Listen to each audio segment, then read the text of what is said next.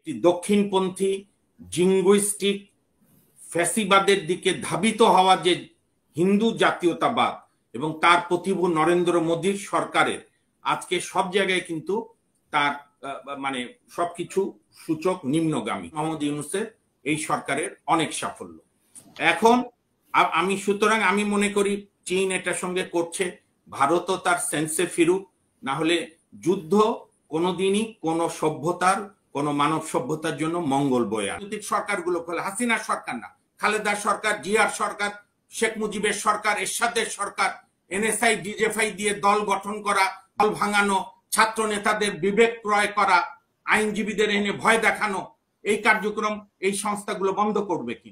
আমি নির্বাচন প্রসঙ্গে নিয়ে কথা বলছি, তার আগে ছোট্ট করে এই পাকিস্তান, ভারত, চীন, পাকিস্তান এগুলোকে নিয়ে হালকা করে একটু বলি। গোটা ভারতবর্ষে এখন একটা কথা খুব ভাইরাল এবং আমার মনে হয় যে 19-20-এর পরে এই প্রথম ভারতের কংগ্রেসের শীর্ষ নেতা, ভারতের পার্লামেন্টের লোকসভায় বিরোধী দলের নেতা এখন কোটি কোটি সাবস্ক্রাইবার তার অনুষ্ঠান দেখছে। সেটা হচ্ছে সে ভোপালে এক কনভেনশনে বলেছে যে তার ভাষায়, রাহুল গান্ধীর ভাষায়, যে ট্রাম্প ফোন দিয়ে বলেছে নরেন্দ্র সারেন্ডার, নরেন্দ্র বলছে জি হুজুর, এবং যুদ্ধবিরতি করে দিয়েছে। এবং ভারত এবং পাকিস্তান আমাদের দুর্ভাগ্য, আমরা প্রতিবেশী একটাকেও ভালো পাইনি। দুই দেশই মিথ্যাচারে চ্যাম্পিয়ন। ভারত বলছে আমরা জিতেছি, পাকিস্তান বলছে আমরা জিতেছি। ফ্যাক্ট হচ্ছে কেউই জেতেনি, যার যার অস্ত্রের মহড়া দেখিয়েছে। মাঝখান থেকে দুই দেশের কিছু সাধারণ মানুষ মারা গিয়েছে, রাহুল গান্ধী তাদের অনেককে দেখতে গিয়েছে। আর ভারতের নরেন্দ্র মোদী পৃথিবীতে অবস্থান এখন এত নিম্নে, এটা আমার কথা না, ভারতের যারা এখনো গণতান্ত্রিক মিডিয়া আছে, রাবিশ কুমার, স্ক্রল, তারপর ওয়ার, অনলাইন ম্যাগাজিন গুলো, তারা বলছে যে G7 এর সম্মেলন যেটা কানাডায় হবে জুনের 15 তারিখ থেকে বোধহয়, সেইখানে নরেন্দ্র মোদীকে, ভারতের প্রধানমন্ত্রীকে দাওয়াতি দেওয়ার সিদ্ধান্ত ছিল না। গতকাল পরশুদিন মাত্র দাওয়াত দিয়েছে এবং নরেন্দ্র মোদীও নির্লজ্জের মতো গ্রহণ করেছে।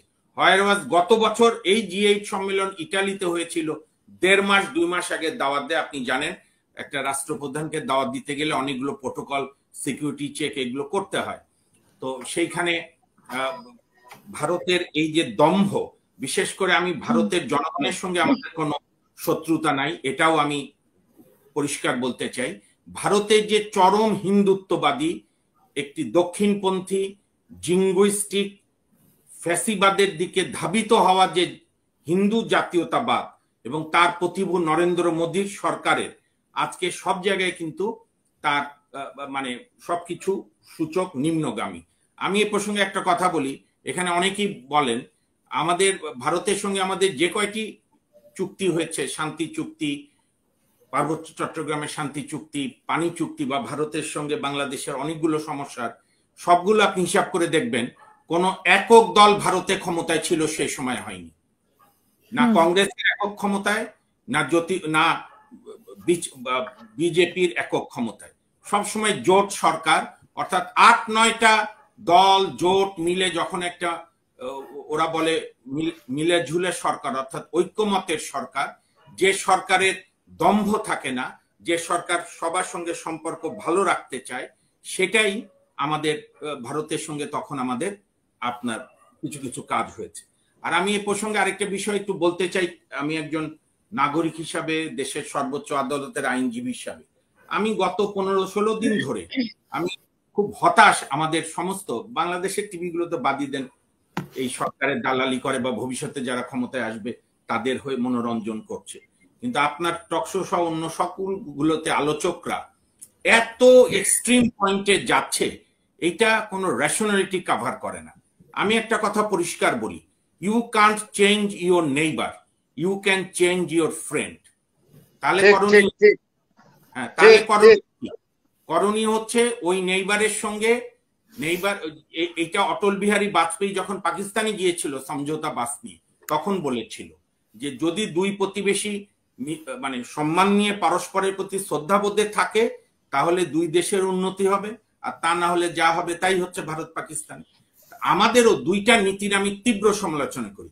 একটা হচ্ছে মানে একেবারে নত জানু দাস মানসিকতার ভারত নীতি, যেটা আওয়ামী লীগ করেছে গত 17 বছর, এখন অনেকে ক্ষমতায় যাওয়ার জন্য করার চেষ্টা করছে, অথবা দক্ষিণপন্থী বাংলাদেশের ধর্মভিত্তিক দল এবং অন্যান্য কিছু অতিরিক্ত বাংলাদেশের চ্যাম্পিয়ন বলে দাবিদার উগ্র ভারত বিরোধিতা। এই দুটি বাংলাদেশের জন্য ক্ষতিকর। আমাদের লাগবে এই ক্ষেত্রে ডক্টর মোহাম্মদ ইউনূসের সরকারের অন্য ক্ষেত্রে অনেক ব্যর্থতা আছে, সেগুলো নিয়ে আমরা আলাপ করি, সবাই একমত দ্বিমত থাকবেই, কিন্তু পররাষ্ট্রনীতির ক্ষেত্রে এখনো ডক্টর মোহাম্মদ ইউনূসের এই সরকারের অনেক সাফল্য। এখন সুতরাং আমি মনে করি চীন এটার সঙ্গে করছে, ভারতও তার সেন্সে ফিরুক, না হলে যুদ্ধ কোনোদিনই কোনো সভ্যতার, কোনো মানব সভ্যতার জন্য মঙ্গল বয়ে আনে না। এটা দ্বিতীয় বিশ্বযুদ্ধের পরে সারা বিশ্ববাসী দেখেছে, হিরোশিমা নাগাসাকি এখনো পালন করে মানুষ।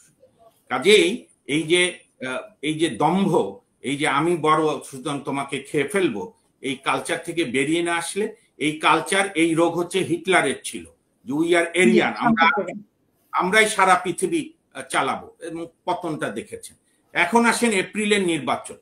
আমি নির্বাচনের সময় নিয়ে বিন্দু মাত্র অরিড না, কালকে নির্বাচন হলো আমি অরিড না, আমি অরিড একজন নাগরিক হিসাবে আমাদের সংস্কারগুলো কোথায় এবং সুষ্ঠু নির্বাচন হওয়ার ক্ষেত্রে পরিবেশ কোথায়। আমি মনে করি বাংলাদেশে বর্তমানে যে অবস্থা, জাতীয় সংসদ নির্বাচন তো দূরের কথা, এই নির্বাচন কমিশনের আন্ডারে আমরা দেখতে চাই কয়টা বোধ, এখন সিটি কর্পোরেশন 5-6টা বোধ হয়, বড় 6টা সিটি কর্পোরেশন নির্বাচন তারা সুষ্ঠুভাবে করুক আগামী অক্টোবর, আমরা এটা দেখতে চাই।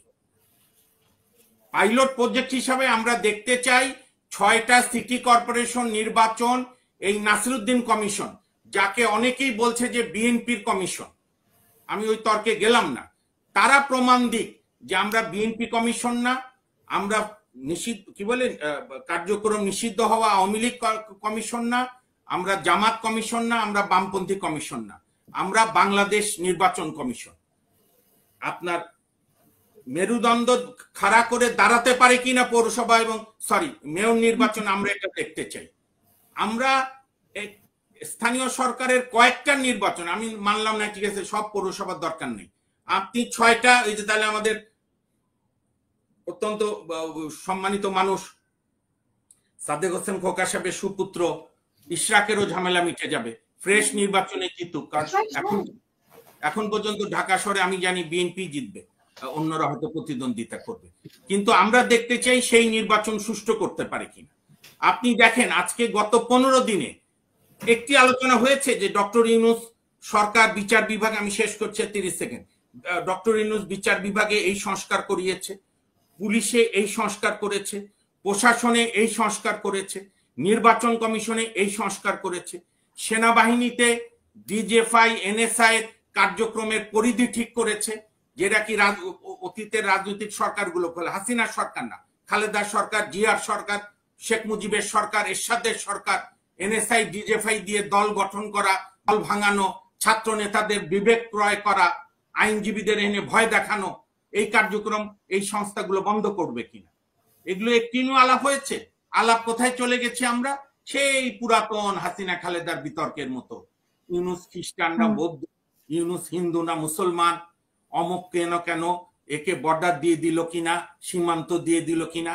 আজকে আমি একটা কথা বলে শেষ করি, বাংলাদেশের রাজনৈতিক দলগুলোকে জনগণের কাছে করজোড়ে ক্ষমা চাইতে হবে যে 54 বছরের মধ্যে প্রায় 35 বছর নির্বাচিত সরকারগুলো ক্ষমতায় ছিল, কোন রাজনৈতিক দল ভোটের মাধ্যমে বাংলাদেশের মানুষকে সরকার বানানোর অধিকার দেয়নি। কেউ নরম ভাবে দেয়নি, কেউ পারেনি অত নৃশংস হতে, শেখ হাসিনা বেশি নৃশংস হয়েছে, তার পরিণতি সে ভোগ করছে। আমি খালি চুম্বক আকারে কয়েকটা পয়েন্ট বলি, আপনি 72 থেকে 30 সেকেন্ড, 72 থেকে 90 প্রসঙ্গ বাদ দিলাম, 75, 15ই আগস্ট, 7ই নভেম্বর সব বাদ দিলাম, হ্যাঁ না ভোট, 99% হ্যাঁ না ভোট সব বাদ দিলাম। 91 থেকে যখন গণতন্ত্রের পথে অভিযান শুরু হলো, কেন 94-তে আওয়ামী লীগ বিরোধী দল থেকে পদত্যাগ করলো, কেন 96-তে 173 দিন হরতাল হলো কেয়ারটেকার গভর্নমেন্ট আন্দোলন করতে গিয়ে। তারপরে ইতিহাসের খাতিরে সত্য কথা হাসিনা আক্তার বলতে হবে, তা সে যতই নির্মম হোক। বাংলাদেশে একমাত্র একবারই শান্তিপূর্ণভাবে ক্ষমতা হস্তান্তর করেছে, সেইটা 2001 সালে এই নতুন ফ্যাসিস্ট শেখ হাসিনা লতিফুর রহমানের কাছে ক্ষমতা হস্তান্তর করে দিয়ে সরকার ছেড়ে দিয়েছিল। কেন বিএনপি 2004 থেকে প্রধান বিচারপতির বয়স বাড়িয়ে KM হাসানকে প্রধান তত্ত্বাবধায়ক সরকারের প্রধান উপদেষ্টা করলো এবং করার পর আন্দোলন সংগ্রাম কোনোটাই মানল না, যা হওয়ার হলো, সেম এজ আওয়ামী লীগ। কাজে আমরা এখন একটাই কথা, সংস্কার সংস্কার সংস্কার। আমি আপনাকে বহুদিন অনুরোধ করেছি, একজন বাদ দেন আমি আলোচক, আমি তো রাস্তাঘাটের মানুষ, একজন রাস্তার লোক হিসেবে অনুরোধ করি, আপনারা আলোচনার প্যাটার্ন চেঞ্জ করেন, বলেন সংস্কার কতটুক হলো কতটুক হবে। এবং সরকারে কেউ তো আমাদের এখানে আসে না, আসুক, আমরা প্রস্তাব করব। যারা সংস্কারের সাথে জড়িত তারা তো আমরা মাস্টার প্ল্যান সামনে আসে না। তারা শুনেন, সংস্কার ডকুমেন্টে সব দল সাইন করলে বলতে পারে যে ক্ষমতায় গিয়ে তো আমরা সব ছিঁড়ে ফেলে দেবো, বলেছো দু এক মিনিট। তারা তো এখন পর্যন্ত মিটিং করেই শেষ, মানে ঐক্যমতের কমিশন কি আলাপ হলো, আমি বলি একটা চক্রান্ত চলছে, আমি শেষ করি আর 5 সেকেন্ড। একটা চক্রান্ত চলছে ভারতের র এবং আওয়ামী লীগের উদ্যোগে, যে ইউনূসকে প্রচন্ড বিতর্কিত করে একটা যেন তেন নির্বাচনের দিকে নিয়ে যাওয়া। আমরা যেন এই ষড়যন্ত্রে ফাঁদে পা না দিই। ধন্যবাদ।